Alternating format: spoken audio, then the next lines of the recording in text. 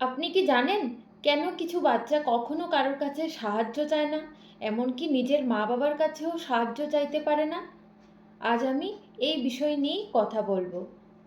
Welcome to my channel child growth point. অনেক মা বাবারা বলেন, আমার বাচ্চা খুব স্বাধীন, কখনো সাহায্য চায় না। শুনতে বিষয়টা খুব গর্বের মনে হয়, কিন্তু জানেন কি, সবসময় সাহায্য না চাওয়া মানে শক্তিশালী হওয়া নয়। অনেক সময় এটা এক ধরনের নীরব আত্মরক্ষা ব্যবস্থা।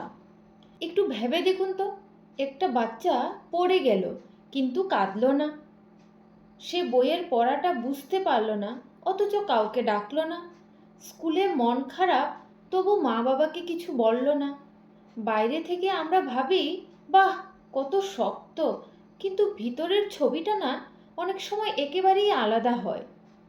শিশুরা জন্মগতভাবে সাহায্য চায়, কান্না, প্রশ্ন করা, কাছে আসা, এই সবই তাদের স্বাভাবিক প্রবৃত্তি।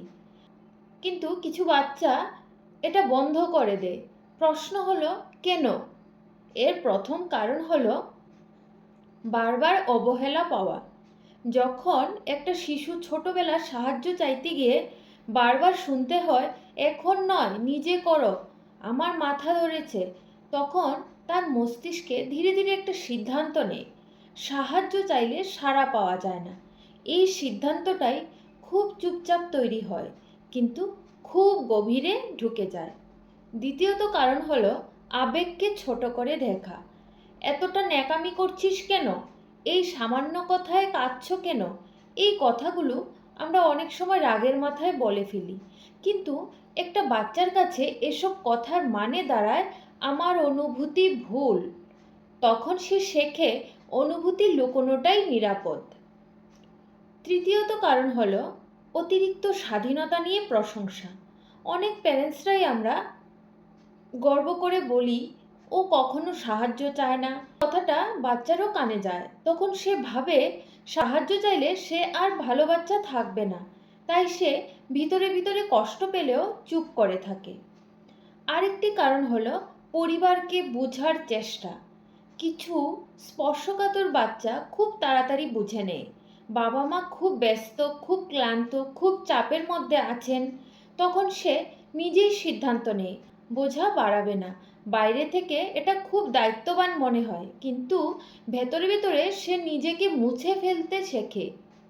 এই ধরনের বাচ্চারা বড় হয়ে সাধারণত খুব দায়িত্বশীল মানুষ হয়, কাজ করে, সব সামলায়, অন্যদের পাশে দাঁড়ায়, কিন্তু তারা নিজের জন্য সাহায্য চাইতে পারে না।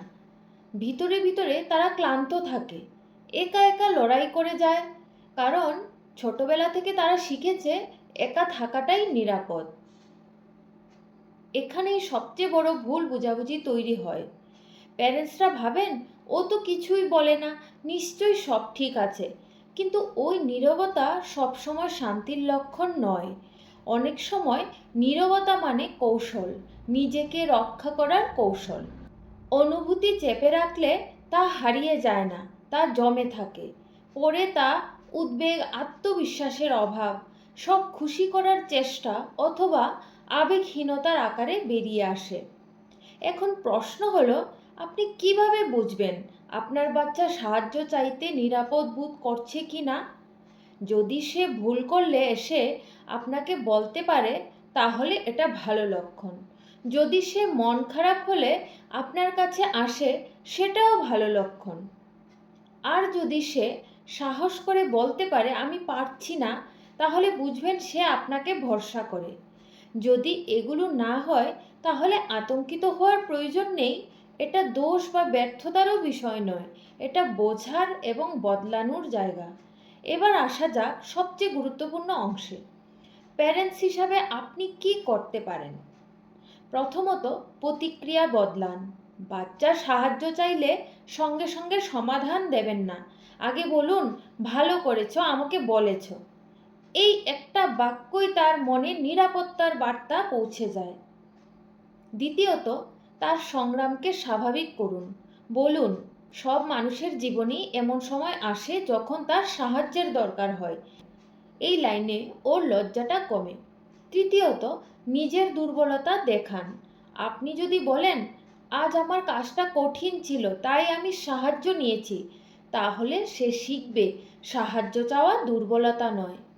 চতুর্থত, সাধারণ কথা না বলে নির্দিষ্ট প্রশ্ন করুন। শুধু কিছু লাগলে বললে অনেক সময় কিছু আসে না, বরং জিজ্ঞেস করুন কোন জায়গাটায় আটকে গেছো। এই প্রশ্নটা ওর দরজা খুলে দেয়। মনে রাখবেন, আপনার কাজ এমন বাচ্চা তৈরি করা নয় যে সব কিছু একা একা করতে পারে। আপনার কাজ এমন বাচ্চা তৈরি করা যে জানে সে একা নয়, যে সাহায্য চাইতে পারে, সে আসলে দুর্বল নয়, সে আত্মবিশ্বাসী, সে জানে কার উপর ভরসা করা যায়।